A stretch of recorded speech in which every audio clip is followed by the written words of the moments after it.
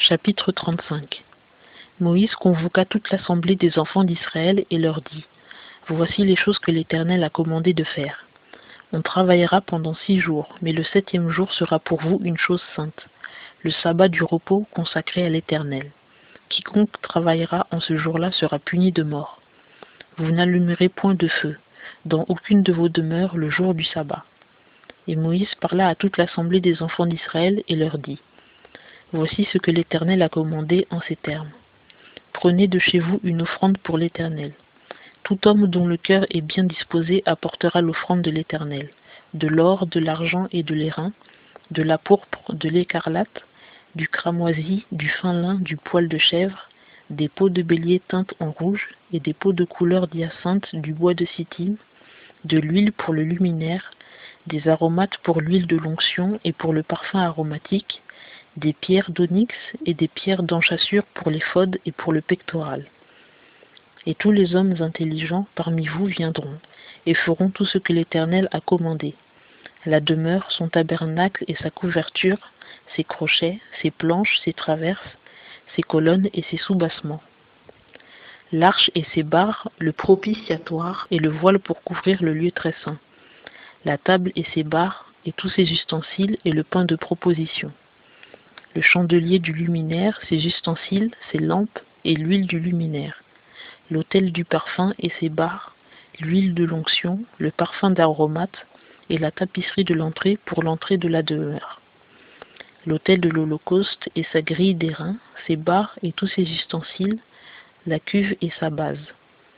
Les tentures du parvis, ses colonnes, ses soubassements et la tapisserie de la porte du parvis et les pieux de la demeure et les pieux du parvis et leurs cordes, les vêtements du service pour faire le service dans le sanctuaire, les vêtements sacrés pour Aaron le sacrificateur, et les vêtements de ses fils pour exercer la sacrificature. Alors toute l'assemblée des enfants d'Israël sortit de devant Moïse, et tous ceux que leur cœur y porta vinrent, et tous ceux que leur esprit disposa à la générosité apportèrent l'offrande de l'Éternel pour l'œuvre du tabernacle d'assignation, et pour tout son service, et pour les vêtements sacrés. Et les hommes vinrent avec les femmes. Tous ceux qui furent de bonne volonté apportèrent des boucles, des bagues, des anneaux, des colliers, toutes sortes de joyaux d'or, et tous offrirent quelque offrande d'or à l'Éternel. Et tous ceux qui avaient chez eux de la pourpre, de l'écarlate, du cramoisi, du fin lin, du poil de chèvre, des peaux de bélier teintes en rouge, et des peaux de couleur d'hyacinthe les apportèrent. Tous ceux qui avaient de quoi faire une offrande d'argent ou d'airain l'apportèrent pour l'offrande de l'Éternel. Et tous ceux qui avaient chez eux du bois de sittim pour tout l'ouvrage du service l'apportèrent. Et toutes les femmes habiles filèrent de leurs mains, et apportèrent ce qu'elles avaient filé, le pourpre, l'écarlate, le cramoisi et le fin lin. Et toutes les femmes que leur cœur y porta et qui avaient de l'habileté filèrent du poil de chèvre. Et les principaux du peuple apportèrent les pierres d'onyx et les pierres d'enchâssure pour l'éphod et pour le pectoral, et les aromates et l'huile pour le luminaire, pour l'huile de l'onction et pour le parfum aromatique.